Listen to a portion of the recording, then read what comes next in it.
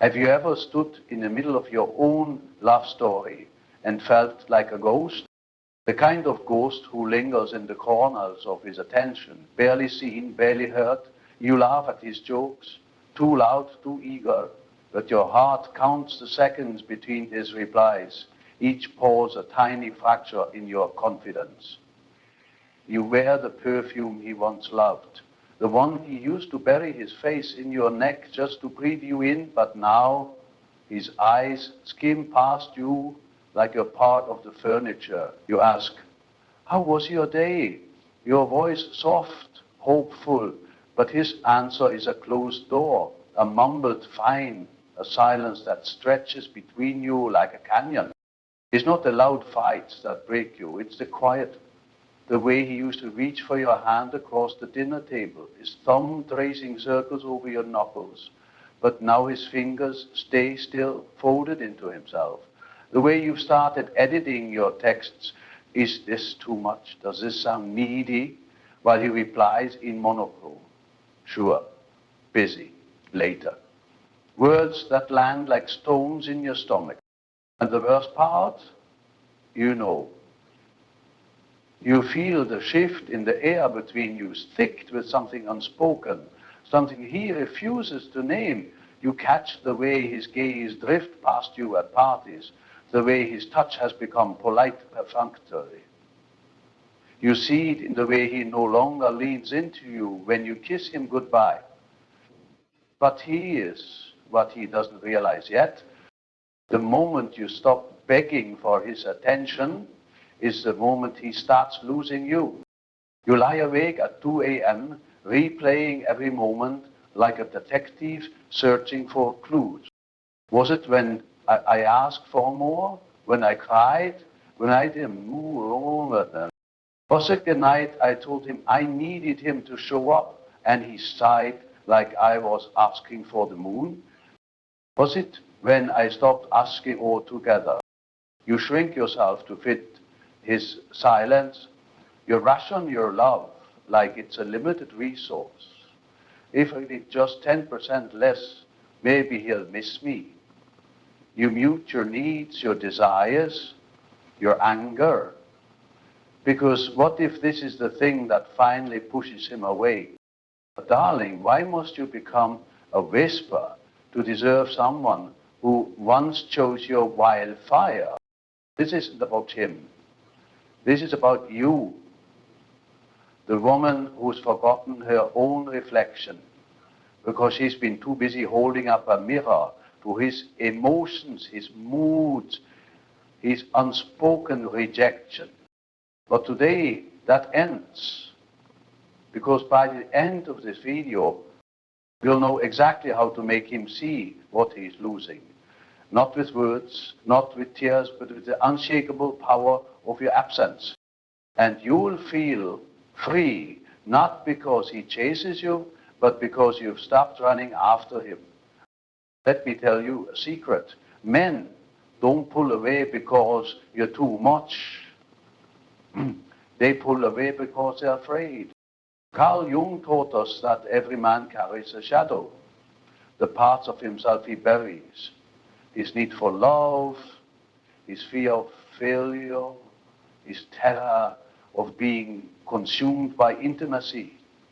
When you get too close, when your love starts to feel like a mirror, reflecting everything he's tried to hide, his shadow panics.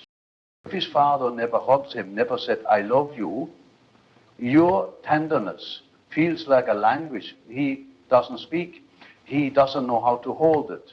So he lets it slip through his fingers.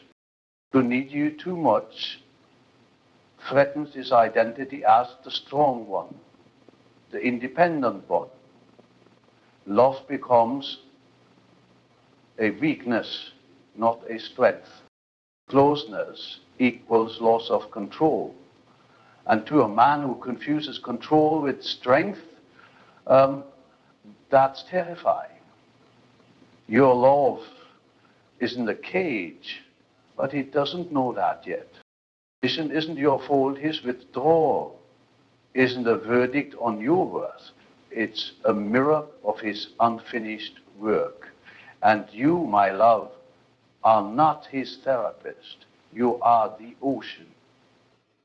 And no one steps into the ocean and demands it to shrink. Remember one thing, stop chasing and reclaim yourself. Next time you want to text him first, don't pick up that book he never read, the one he teased you for loving. Dance in your kitchen to a song you love, the kind that makes your hips sway without thinking. Let him feel the weight of your absence, not as punishment, but as evolution. Men hear silence louder than words. When you stop filling the gaps, when you stop being the one who always bridges the distance, he'll notice the echo.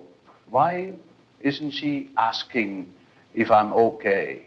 Why isn't she checking in?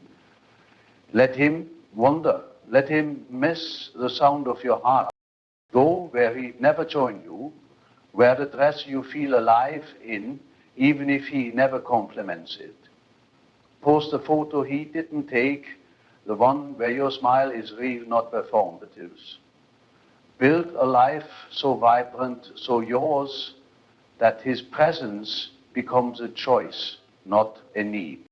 When you see him smile like you've just returned from a secret the world hasn't earned yet, let him feel the shift. She is different, and it's not about me.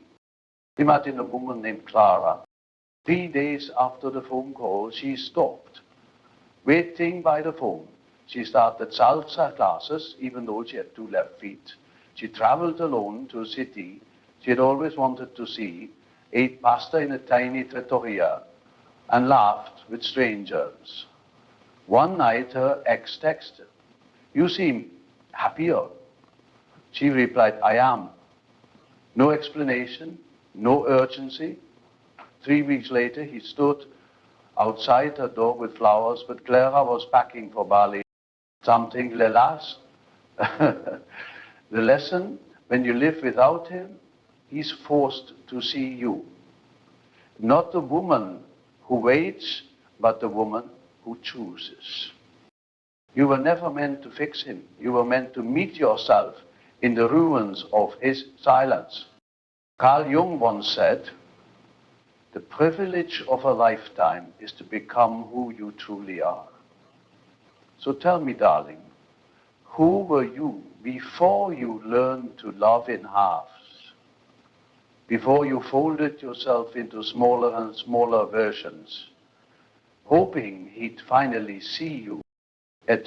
You are not too much. You are a woman who loves deeply, and that is your superpower.